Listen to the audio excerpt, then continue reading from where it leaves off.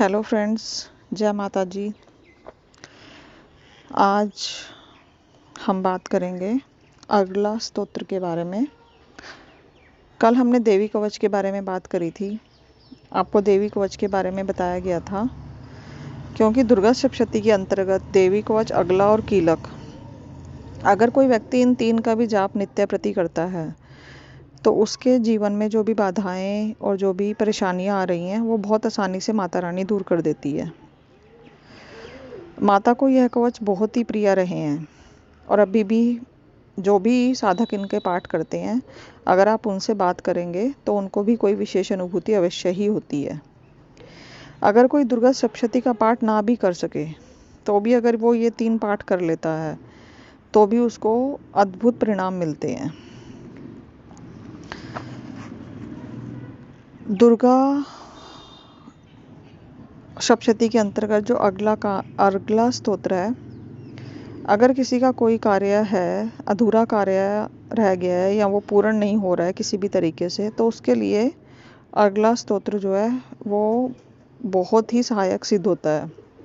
सबसे पहले तो हम जानते हैं कि अर्गला है क्या, इसका अर्थ क्या है। अर्गला का अर्थ है आगे, यानी कि मनुष्य जीवन में अगर किसी को आगे बढ़ने में कोई भी बाधा आ रही है या विघ्न आ रही है, उन सब रुकावटों और अड़चनों को अर्गला स्तोत्र दूर करता है। देवी कवच को करने के बाद ही इसको पढ़ा जाता है। देवी कवच के बारे में तो मैं ऑलरेडी बहुत कुछ बोल चुकी हूँ एक वीडियो में, इसके लिए आप पिछले वाली वीडियो जो है वो आप देख सकते हैं।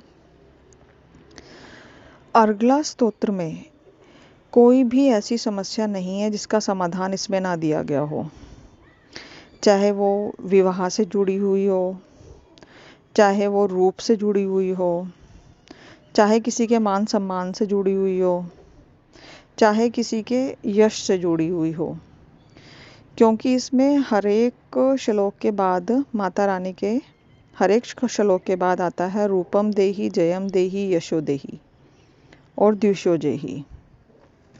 रूपम देहि का मतलब क्या है कि माता रानी हमारे को सुंदर स्वरूप प्रदान करे, हमारा रूप जो है उसे बहुत ही दिव्य करे। जयम देहि का मतलब क्या है कि हमें हर एक कार्य में विजय की प्राप्ति हो। यशो देहि का क्या है कि दुनिया में हमारा यश हो, हमें मान सम्मान की प्राप्ति हो। और द्विषो के साथ जेही है।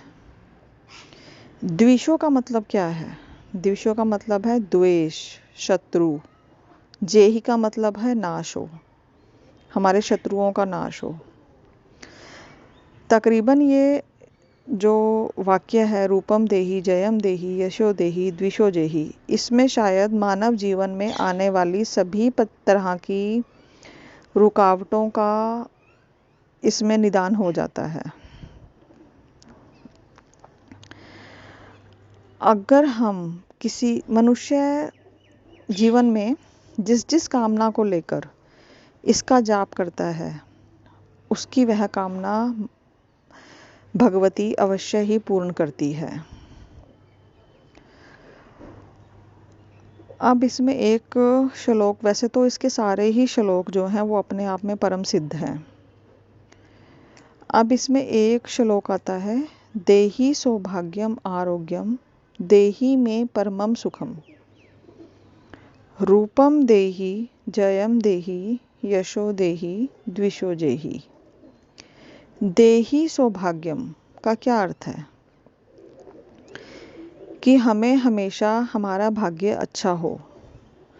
जो लोग हमेशा ये कहते हैं ना कि हमारा तो भाग्य ही खराब है, हमें तो हमारे भाग्य में तो कुछ लिखा ही नहीं है, ठीक है, हमारी किस्मत ही हमारे से रूठी हुई है, उनके लिए ये वाला श्लोक जो है एक तरीके से रामबाण का काम करता है। आरोग्यम देहि, जो हमेशा ही बीमार रहते हैं, जिनके जीवन में कुछ ना कुछ परेशानियां, रोग चलते ही रहते हैं, रोगों को दूर करने के लिए तो वैसे देवी कवच भी बहुत ही शानदार है, बहुत ही अच्छा है, बहुत ही सुंदर है, ठीक है, बट ये वाला श्लोक रोगियों के लिए बहुत अच्छा काम करता है। देही में परमम सुखम, इसका अर्थ क्या है कि जीवन का जो भी सुख है वह हमें अवश्य मिले, चाहे वो आध्यात्मिक जीवन से रिलेट करता हुआ हो या फिर हमें भौतिक वस्तुओं की प्राप्ति की इच्छा हो। इस श्लोक के माध्यम से हमें वो सब कुछ मिल जाता है।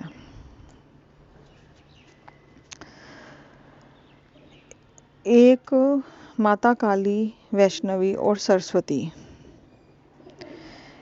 उनको प्रसन्न करने वाला मंत्र भी अर्गला स्तोत्र से ही लिया गया है। जो लोग भगवती की उपासना करते हैं उनके बीच में तो ये मंत्र बहुत ही प्रिय है। अगर कोई पहली बार माता को प्रसन्न करना चाहता है या पहली बार उसको माता की आराधना नहीं करनी आती और वो करना चाहता है, तो उसे ये 3 देवी, अगला और कीलक, इन 3 का जप अवश्य करना चाहिए। कहते हैं ना, आदि गुरु शंकराचार्य भी माता को नहीं मानते थे, बट एक बार उन्होंने, जब उनको बुलाया गया किसी उसमें फंक्शन में या किसी उत्सव में, तो उन्होंने क्या बोला कि मैं जाऊं या ना जाऊं, चलो ठीक है मैं चला जाता हूं। तो उनके साथ रात को क्या हुआ, क्योंकि उनकी इच्छा नहीं थी, वो इंटरेस्टेड नहीं थे जाने में, तो उनको रात को इतना ज़्यादा उनका स्वास्थ्य गिर गया कि वो अगली सुबह उठ भी नहीं सके। तो उन्होंने माता से ही क्षमा याचना मांगी कि हे माता रानी, आप मुझे माफ़ कर दो, मेरे अंदर घमंड आ गया था कि मैं आऊँ या ना आऊँ, मैं कौन होता हूँ आने वाला, असल में तो आप ही हैं, अगर आपकी मर्जी होगी तो मैं आऊँगा, नहीं तो मैं नहीं आ सकता। और कहते हैं जब उन्होंने माता रानी से ये क्षमा याचना करी थी, उसके बाद वो एकदम स्वास्थ्य को प्राप्त होके उस जगह पर पहुंच गए थे जहां पर वो जाना चाहते थे। माता के वैसे तो बहुत सारे, जिसे कहते हैं कि बहुत सारे कहानियां हैं या किस्से हैं, बट अगर आप माता का पूजन करते हैं तो आपको तीनों महाशक्तियों का आशीर्वाद अवश्य मिलता है। क्योंकि नवार्ण मंत्र में भी ऐंग रींग क्लींग, ऐंग मीन्स सरस्वती माता, रींग मीन्स लक्ष्मी माता, क्लींग मीन्स काली माता। सरस्वती माता विद्या देने वाली है, लक्ष्मी भौतिक संसाधनों की पूर्ति के लिए, और काली हमारी रोगों के निवारण के लिए, हमारे अच्छे स्वास्थ्य के लिए। इन सब चीज़ों के लिए हमें माता के सानिध्य में अवश्य ही जाना चाहिए। केवल नवरात्रों में ही नहीं, नवरात्रों के अलावा हमें तो प्रतिदिन इनकी उपासना हर सनातनी को करनी चाहिए।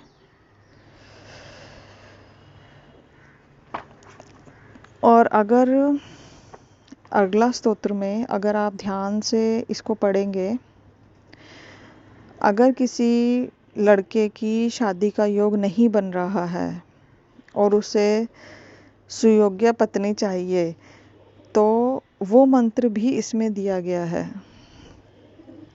अगर आप उसका भी मंत्र का जाप करते हैं तो अगर किसी की शादी में रुकावटें आ रही हैं, बाधा आ रही है, तो वो भी दूर होती हैं। वो मंत्र जो है, वह मंत्र जो है मुकुटमणि है। क्योंकि अगर लड़के का गुरु ग्रह या फिर शुक्र ग्रह कोई भी अगर पीड़ित होता है तो शादी में रुकावट आती है।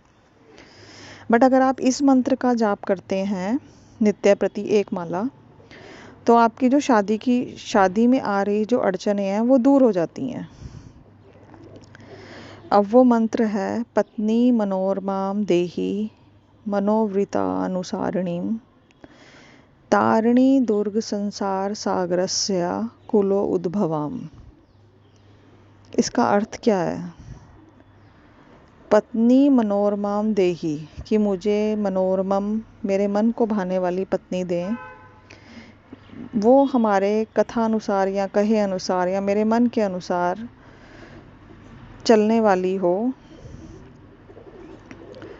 और मुझे इस संसार सागर भव सागर से पार करने वाली भी हो, यानी धर्म कर्म करे, धर्म कर्म का कार्य करे, और कुलोद्भवम, हमारे कुल को आगे बढ़ाने का कार्य करे। तो इस एक श्लोक में बहुत सी चीज़ों को कवर कर लिया गया है। और ये सब कुछ विद्यमान है अर्गला स्तोत्र में। ये तो मैंने अभी आपको सिर्फ 3 श्लोक बताए हैं। अगर मैं इसका एक एक श्लोक का अर्थ करने लग जाऊं तो वो हर एक श्लोक अपने आप में अद्भुत है। इसीलिए हमें इसका जाप अवश्य करना चाहिए।